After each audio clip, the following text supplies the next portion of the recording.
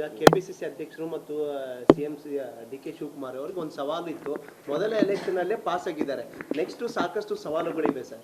ಬರ್ತಾವೆ. ಆ ಟೈಮ್ನಲ್ಲಿ ನಾವು ಅದನ್ನು ಟ್ಯಾಕಲ್ ಮಾಡಬೇಕಾಯ್ತು. ಒಂದೊಂದು ಸಂದರ್ಭ ಬೇರೆ ಬೇರೆ ರೀತಿಯಿಂದ ಸವಾಲುಗಳು ಬರ್ತವೆ.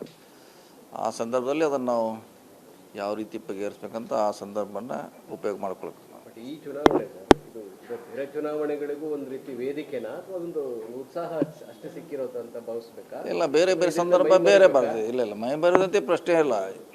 ಈ ಚುನಾವಣೆ ಇದು ಕಟ್ಟ ಸೀಮಿತವಾಗಿ ಇರ್ತದೆ. ಬೇರೆ ಚುನಾವಣೆ ಬೇರೆ ರೀತಿಯಿಂದ ಆಗುತ್ತೆ. ಸೊ ಅದಕ್ಕೆ ನಾವು ಅಲ್ಲಿ ತಯಾರಾಗಬೇಕು ಆ ಮಟ್ಟದಲ್ಲಿ. ಸೊ ಸಂದರ್ಭ ತಕ್ಕ ನಾವೆಲ್ಲ ಪ್ರಿಪೇರ್ ಆಗಬೇಕು. ಸರ್, ಈಗ ಗ್ಯಾರಂಟಿ ಪರಿಷ್ಕರಣೆ ಅನ್ನೋ ಮಾತಿತ್ತು, ಚರ್ಚೆ ಇತ್ತು.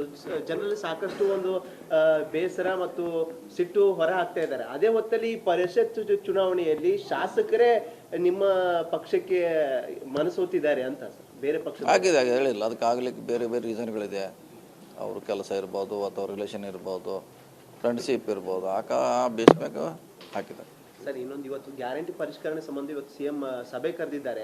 ಸಭೆಯಲ್ಲಿ ಏನೇನೆಲ್ಲ ಚರ್ಚೆ ಆಗೋದು? ಈಗಾಗಲೇ ಹೇಳಿದ್ವಿ. ನಿಮ್ಮ ಮುಂದೆ ಈಗಾಗಲೇ ಹೇಳಿದ್ದೀವಿ. ಅದರಲ್ಲಿ ಭಾಳಷ್ಟು ಕೊಟ್ಟಿದೆ, ಬೋಗಸ್ ಇದೆ. ಅವನ್ನ ಮಾಡಲಿಕ್ಕೆ ಮಾಡ್ತಿದ್ದಾರೆ. ಸೊ ಮಾಡಿದ್ರೆ ಏನು ತಪ್ಪಿಲ್ಲ, ಮಾಡಬೇಕದು ಸೀರಿಯಸ್ ಆಗಿ ಮಾಡಬೇಕದು. ಅಂದರೆ ಯಾರು ವೋಟರ್ ಲಿಸ್ಟಲ್ಲಿ ಇರ್ತಾರೆ ಅವ್ರಿಗೆ ಮಾತ್ರ ಅಂತಿದ್ದಾರೆ. ಹೊರ ರಾಜ್ಯದಿಂದ ಬಂದವ್ರಿಗೂ ಕೂಡ ಗ್ಯಾರಂಟಿ ಅಗತ್ಯ ಇಲ್ಲ ಅನ್ನೋ ಥರದಲ್ಲಿ ಅದು ಆ ರೂಲ್ಸ್ ಹಂಗೆ ಇದೆ. ಅದು ನಮ್ಮ ರಾಜ್ಯದವ್ರಿಗೆ ಮಾತ್ರ ಅದು ಇದೆ. ಅವ್ರು ಕೊಡಬೇಕು. ಮತ್ತು ಯಾರೋ ಹೊರಗಡೆ ಉಳಿದ್ರೆ ಅವ್ರನ್ನೂ ಇನ್ಕ್ಲೂಡ್ ಮಾಡಬೇಕು. ಯಾರು ಹಣ ಇರ್ತಾರೆ ಅವ್ರನ್ನ ಹೊರಗಡೆ ಇಡಬೇಕು. ಇದು ಪ್ರೊಸೆಸ್ ಮಾಡುವಂಥ ಒಂದು ಸಿಸ್ಟಮ್. ಸರ್, ಇವಾಗ ಕೆಪಿಸಿಸಿ ಅಧ್ಯಕ್ಷರ ಪದಗ್ರಹಣ ಕಾರ್ಯಕ್ರಮದ ಸಿದ್ಧತೆ ನಡೀತಾ ಇದೆ. ಇದಾದ್ಮೇಲೆ ಸೆಕೆಂಡ್ ಲಿಸ್ಟ್ ಸಚಿವರ ಸಂಪುಟ ವಿಸ್ತರಣೆ ಕೂಡ ಇದೆ. ಏನೆಲ್ಲ ನಡೀತಿದೆ. ಅದೇನು ಸರ್ ಪ್ರೊಸೆಸ್. ತಿಂಗಳಿಗೆ ಒಂದು ಸಮಸ್ಯೆ ಒಳ್ಳೇದು ಬರ್ತೈತೆ, ಒಂದು ಕೆಟ್ಟದ್ದು ಬರ್ತೈತೆ. ಎರಡೂ ಸಮಾನಾಗಿ ನೋಡಬೇಕು. ಈಗ ಕೆಪಿಸಿಸಿ ಅಧ್ಯಕ್ಷರು ಮತ್ತು ಸಿಎಂ ಡಿ ಕೆ ಶಿವಕುಮಾರ್ ಅವ್ರಿಗೆ ಒಂದು ಸವಾಲು ಇತ್ತು. ಮೊದಲ ಎಲೆಕ್ಷನ್ ಅಲ್ಲೇ ಪಾಸ್ ಆಗಿದ್ದಾರೆ. ನೆಕ್ಸ್ಟ್ ಸಾಕಷ್ಟು ಸವಾಲುಗಳಿವೆ ಸರ್.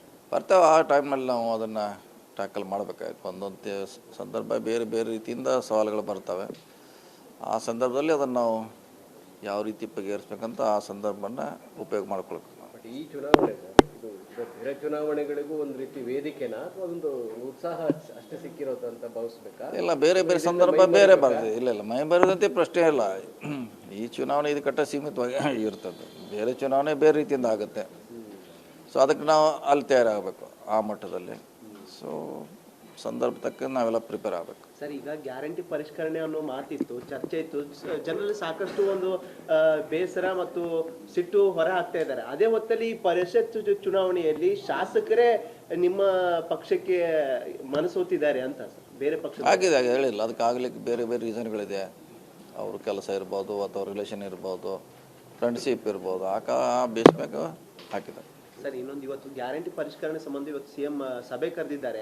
ಸಭೆಯಲ್ಲಿ ಏನೇನೆಲ್ಲ ಚರ್ಚೆ ಆಗೋದು? ಈಗಾಗಲೇ ಹೇಳಿದ್ವಿ. ನಿಮ್ಮ ಮುಂದೆ ಈಗಾಗಲೇ ಹೇಳಿದ್ದೀವಿ. ಅದರಲ್ಲಿ ಭಾಳಷ್ಟು ಕೊಟ್ಟಿದೆ, ಬೋಗಸ್ ಇದೆ. ಅವನ್ನ ಮಾಡಲಿಕ್ಕೆ ಮಾಡ್ತಿದ್ದಾರೆ.